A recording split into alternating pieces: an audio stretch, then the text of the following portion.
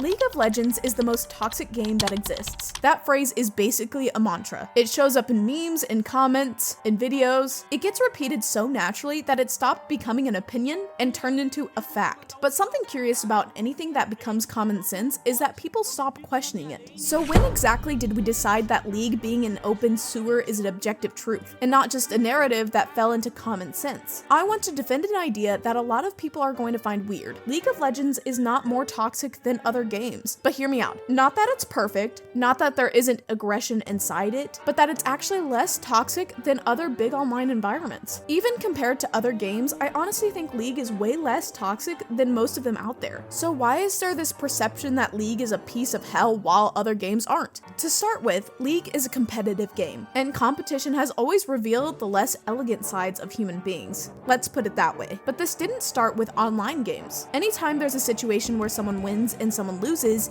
gives or receives, people are going to have stronger emotions than in other contexts. And during a match, that mixes with ego, with the expectation of winning a game, and with the time investment, which is the main factor that generates frustration. Those three ingredients together are basically like making the Powerpuff Girls Zon version. You know what I mean? People just lose it. There was a clip of a Brazilian player called Redbert winning CBLOL and rubbing his medals in the face of another player called Frosty. And yeah, that's insanely weird, like what the fuck, but it's also pure aura. And the only people who got bothered by it were the ones who lost. You know? Mocking, arguing, provoking, those things are extremely common in sports. And in League, it's no different. Actually, in online games in general, it's already like that. People do not want to lose a match, so everyone ends up tense. And tension increases the chances of conflict. What you could argue is that in League, you depend way more on your team. Because in an FPS, you can clutch around by yourself. But in League, it's almost impossible for you to literally kill the entire team alone with one champion. So in League, which is essentially 5 strangers thrown together, you're forced to cooperate intensely for 30 to 40 minutes. Either you coordinate with your team, or you can start saying goodbye to your mental and your LP. And yeah, that really is the perfect recipe for disaster. But then again, if the problem isn't competitiveness, since that exists in basically every other game, could it be something about the community? And this is where a really important point comes in. During a match, why would you spend your time building a relationship and respecting someone on your team if you have absolutely no connection with that person? There's no previous dialogue, there isn't even a guarantee that you'll ever meet again. So yeah, you could just flame the guy and nobody will ever know. An hour later, it's over. But again, that's not something exclusive to League. Online games naturally push players to be disrespectful towards each other because you don't know who's on the other side. And because of that, I want to ask you something. Have you ever heard about liquid modernity? So there's this guy, Zygmunt Bauman. You've probably heard of him. He created this concept to explain that we live in a society marked by fragile, immediate, and disposable social relationships. You see where I'm going with this, right? 5 versus 5 games are the peak of that. Your connection with the team is superficial, socially empty, and therefore liquid. But then what exactly makes League be talked about as if it was so much more toxic than the others? And now we can finally talk about something that League actually has that really makes it different from others, which is communication. This is the key to understanding why the idea of toxicity is so present in our community. Today, at the moment of this video is being recorded, the only communication in League happens through chat or pings. 2 extremely impersonal and mostly ominous ways of communicating. The only face you see while talking is the other player's champion. There's no voice, no sound, at best there's a nickname. And because of that, everything that happens in chat is depersonalized. In other words, it doesn't generate empathy on either side. Just imagine if after feeding like crazy in a match, your teammates could see your face, comment on your social media, and hear your voice. I'm pretty sure a lot of those smart guys would suddenly be terrified to type in chat to start a fight with someone. People only feel safe trash talking in League because of that, because they don't lose their social value. Nothing inside the game itself is affected, except for the ban system, which I'll talk about in a bit. In League, relationships are liquid, and that terrible team you got matched with will probably never have to play with you again after that match, unless you're high elo, so you technically can say whatever you want. That doesn't mean you should. And have you noticed something else? During a match, nobody is a person. Everyone becomes my top, my jungle, my ADC, my Orianna, my Rakan, and that actually has a name, de-individuation. You remove the person from the position of an individual. That's a big part of why the internet works the way it does, with everyone insulting each other all the time. Because of that, yes, League in some ways gives a little push to the guy who already wants to be toxic and flame everyone. But let's get back to the question. Why does League carry the reputation of being the most toxic games if other games work the same way. In Valorant, for example, I don't know the Reyna on my team who keeps rushing alone and dying every round, but at least in Valorant, I can hear her voice. It's more personal, unlike League, like I mentioned before. In other games, most interactions are much more personalized. Even if someone is tilted, with voice chat you can hear the tone, you can hear a breath, and even if the communication is aggressive, it's still human. In chat, that doesn't exist. It's something very cold, direct, and it also leaves room for misunderstanding. If you don't understand what the other person meant, you can misinterpret a message and start an entire argument just because of that. On a Minecraft server, for example, since there's no voice chat there either, what keeps players in line is reputation, because on that server you usually run into the same players most of the times you log in. You can get excluded by part of the server, people can talk badly about you, hate on you. In other words, most of the time there's a social consequence if you're being a jerk. People will know that you're a jerk, and that's what stops a lot of people from acting in harmful ways towards the community. Because even though there's anonymity, you as a person outside your Minecraft avatar still feel uncomfortable knowing other people don't like you. League fails at that. Once someone gets banned, you never hear about them again, and nobody really cares. Going back to games with voice chat, I'll use Counter-Strike as an example, where communication is also more personal. The difference is that over there, it actually becomes a sewer. The Counter-Strike voice chat is scary, man. If you've ever played it, seriously, even fiddlesticks would be afraid of that place.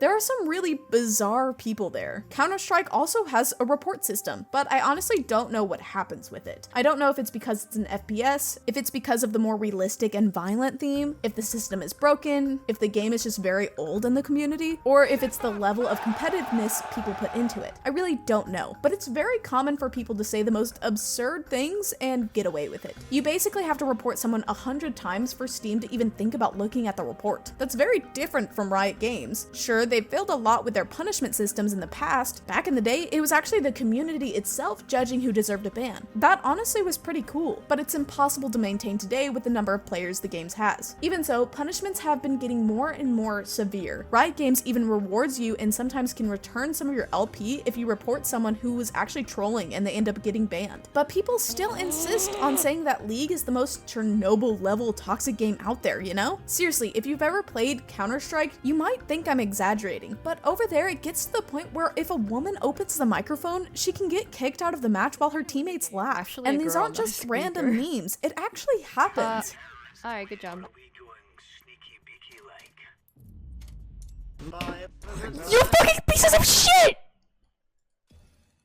People make the most prejudiced comments imaginable in voice chat and nothing happens. Meanwhile, in League, if you type idiot in chat, you already run the risk of getting a restriction. Man, for example, let's go to Roblox. At first glance, it looks like a childish, innocent game, just like Minecraft. Another one that suffers from the same problem I'm about to mention. So a kid's parent looks at the game and thinks, what harm could a game like that possibly do? Then you check who's actually behind your avatar talking to your kid, and it's some guy old enough to be your grandfather, with the face of a complete lunatic, totally unhinged like Rudius from Mushoku Tensei, because the game simply has zero security and these people can take advantage of that. Oh, but you have to do facial verification. Man, come on. The owner of the channel himself said he's fully toxic. He's over there playing jujitsu shenanigans and flaming opponents whether he wins or loses. That is not an environment that's supposed to be child-friendly. Meanwhile, in League, we literally had a Campamento Yordle, that event that happened only in the Brazilian server to improve the community behavior. The other day, a guy was racist in my match and instantly lost his chat. Literally instantly. It popped up for everyone during the game saying he had already been banned. Man, we have an in-game report system, which even mutes the player for you individually. And if you behave well, you're rewarded with honor. Riot Games actually does all of that really well, but people still insist. They keep repeating the same thing over and over. League is toxic. And honestly, this might sound contradictory, but the reason for that is actually the community itself, including the part that isn't toxic. The thing is, people are mixing up toxicity with the huge frustration that exists inside the game. The way matches are structured, the communication, everything inside the matches can be tilting. League absolutely has toxic players, but more and more of them are getting banned. However, this part is undeniable. Almost every match of League is stressful, whether you win or you lose. And that's why League carries this label, this smell that's always attached to the game. Just like Dark Souls is a game that everyone says is difficult. People already expect it to be difficult, and that's it. A game like Fortnite sells itself through events. The brand of League, outside of Arcane, is that the game, despite being huge, is extremely toxic. If you ask anyone who plays League, the answer is always the same. Don't play it, uninstall it, stop now, as if the blame were strictly the huge amount of tilt people throw in chat. But if you really stop to think about it, what hurts in League isn't the insults themselves. What hurts is spending 45 minutes in a match and losing for a reason that isn't your fault. What hurts is going 20-3 and still feeling like there's nothing you can do. In a single player game, if you fail, the responsibility is clear. It was you. But in League, you do have control, just not total control. You influence the match, but you can't guarantee the outcome by yourself. And that mix of responsibility and dependence on other people is psychologically brutal. The human brain hates when it can't assign a clear reason for frustration, so it looks for someone to blame. And when there are 4 other people there, people you can't hear, don't know, and don't respect, often with a negative performance in the game, it's like they have a target painted on their face. In other games with voice chat, at least people can blame each other, and sometimes you can even laugh at something creative someone says. You can also mute them if you really don't like it. In a good scenario, you end up chatting and have fun. But in League, that doesn't happen. You're basically held hostage for the next half hour, and it's extremely stressful. A painful loss sticks with you way more than an easy win, and there are plenty of studies about this. Guys, it's not just me saying it. There's a very well-known psychological phenomenon called loss aversion. The core idea is simple. Losing hurts much more than winning feels good. A lot more. On average, a loss has about twice the emotional impact of an equivalent gain. If you lose $50, you feel about twice as bad as you would feel happy if you had gained $50. And obviously that applies to League when it comes to wins and losses. But there's at least one thing that should calm people down a little. Voice chat is coming. Just think about it. The interaction will instantly become more fun. A lot of people will start joking around, creating characters, role-playing the champion they're playing. I'm willing to bet the community will use voice chat a lot to mess around and have fun. All of that helps reduce the stress of a match. And on top of that, the MOBA genre depends heavily on communication.